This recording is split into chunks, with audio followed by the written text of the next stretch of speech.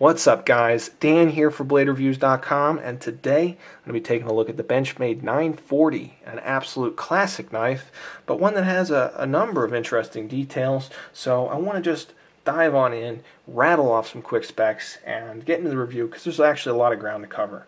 The 940 here has an overall length of 7.87 inches. It's got a 3.4 inch long blade, and it weighs 2.9 ounces. Now for me, this has primarily been an everyday carry item, and in that respect, the 940 has performed really well. It's a great size for EDC, in my experience. It's slim, it's light, and it is extremely functional. Nice sharp blade, all that stuff. We'll get into those details, but in addition to being a great EDC knife, I think that this has a number of other potential applications as well. First of all, you can't ignore the fact that this has got a near 3.5 inch long blade and an equally generous handle. Guys, I don't doubt for a second that this could be a very effective self-defense tool or emergency tactical knife. Now, that's not so interesting in itself. There's a lot of knives that can fit that role, but what makes it interesting for me is the fact that the 940 does not look particularly quote-unquote tactical. Now, as you may know, I do carry my knives primarily in urban and suburban settings. I like to use them in public, and so it's not always practical to strap that big black on black heavy-duty tactical folder to my thigh or whatever and jump into the breach with it.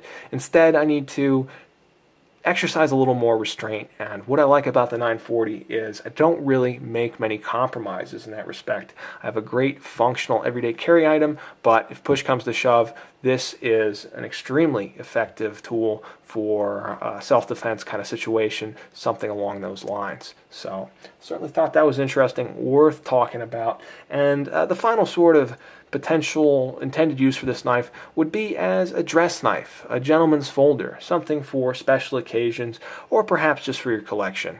It's a beautifully made piece, made in the USA, lovely fit and finish here, and a certain elegance to it, and a certain sort of individualism to the design. It's kind of atypical in many regards, and as a collector, that excited me about it, that attracted me to the knife. So I don't think that there's any problem with just having this as a collectible or for those more special occasions.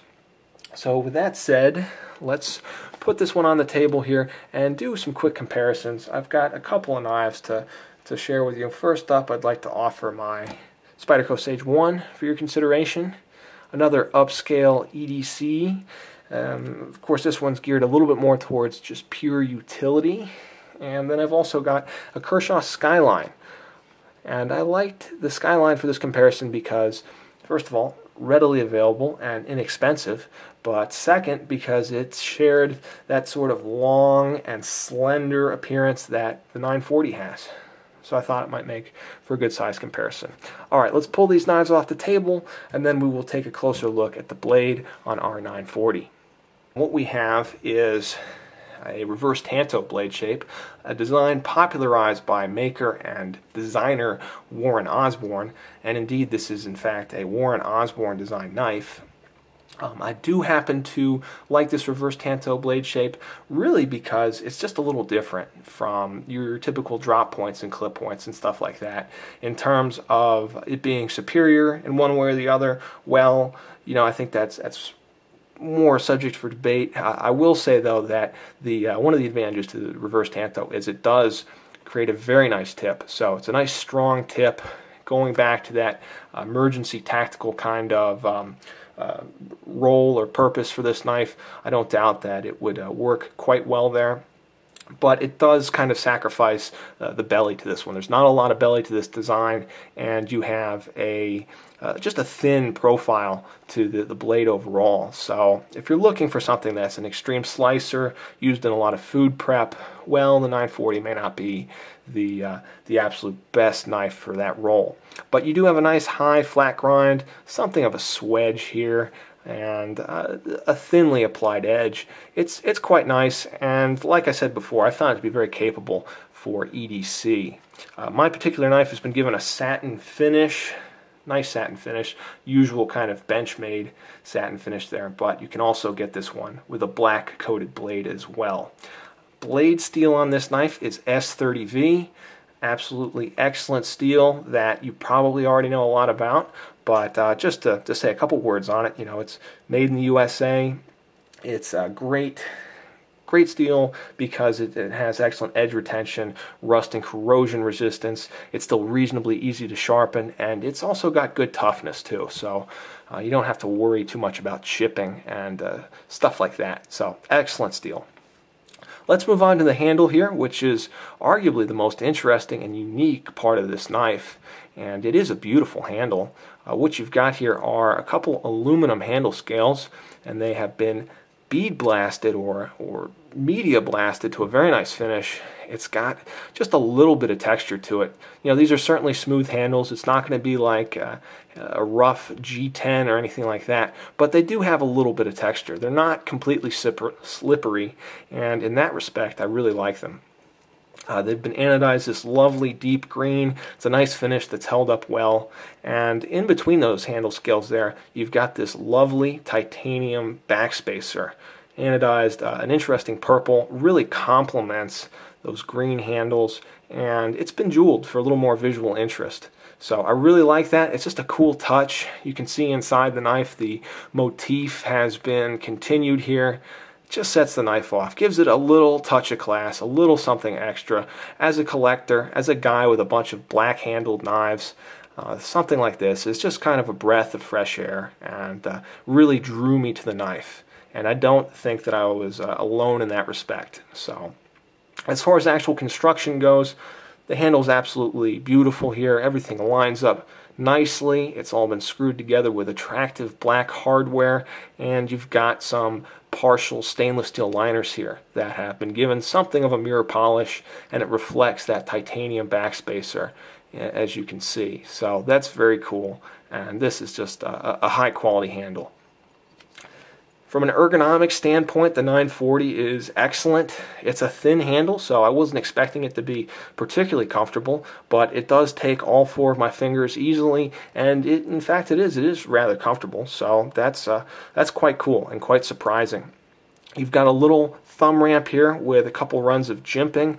It's not the most aggressive jimping in the world, but it is functional. It does provide some traction for you, and then that has been repeated down here in the finger choil area. So I'm capable of getting a good grip on this knife and getting some real work done with it. Additionally, you can throw this one in reverse grip easily, and it does feel comfortable in reverse grip as well.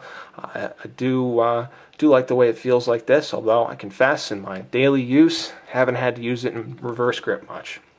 One more thing I wanted to mention about from the ergonomics here, the fact that this knife could be used as a Kubotan, and in that respect I think it would perform quite well.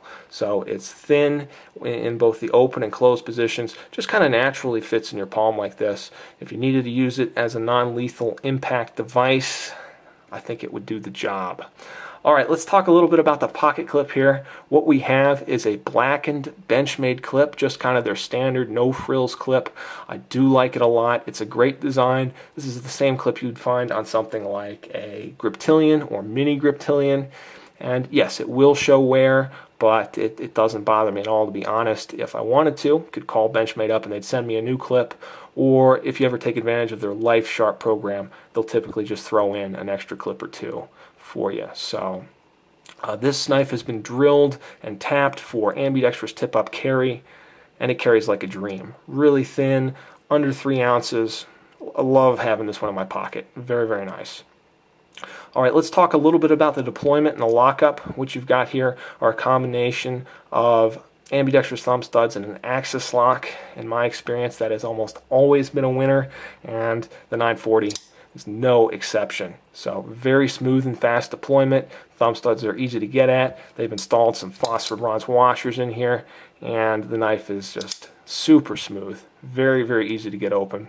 The axis lock is outstanding as always. Lockup is very solid, and it's easy to engage and disengage the lock with one hand, whether you're a lefty like me or a righty. So to me, that's always important, and one of the reasons why I keep coming back to these axis lock knives. They're just so easy to use, absolutely foolproof, and just delivers extremely consistent and reliable deployment and lockup.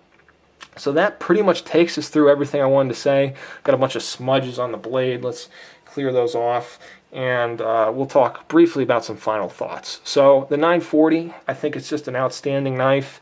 It's no wonder that it has endured in Benchmade's lineup for over 10 years now. It's a really cool design. It's got some interesting versatility that I touched on earlier that I find is kind of unique, even 10 years after the knife being designed. And it's also just got great materials, great fit and finish, and it works. It works as a daily carry tool, and I don't doubt that it would be a nice collectible or an last-ditch kind of self-defense tool as well. So always nice to see. Fit and finish, phenomenal, made in the USA. There's really not much else to say about this one besides the fact that I really do like it, and I feel privileged to be able to share some thoughts with you on it. So I hope you enjoyed the review, guys. Thank you so much for watching. Once again, this is Dan for BladeReviews.com. Take care, be safe. I'll be back soon with another knife review.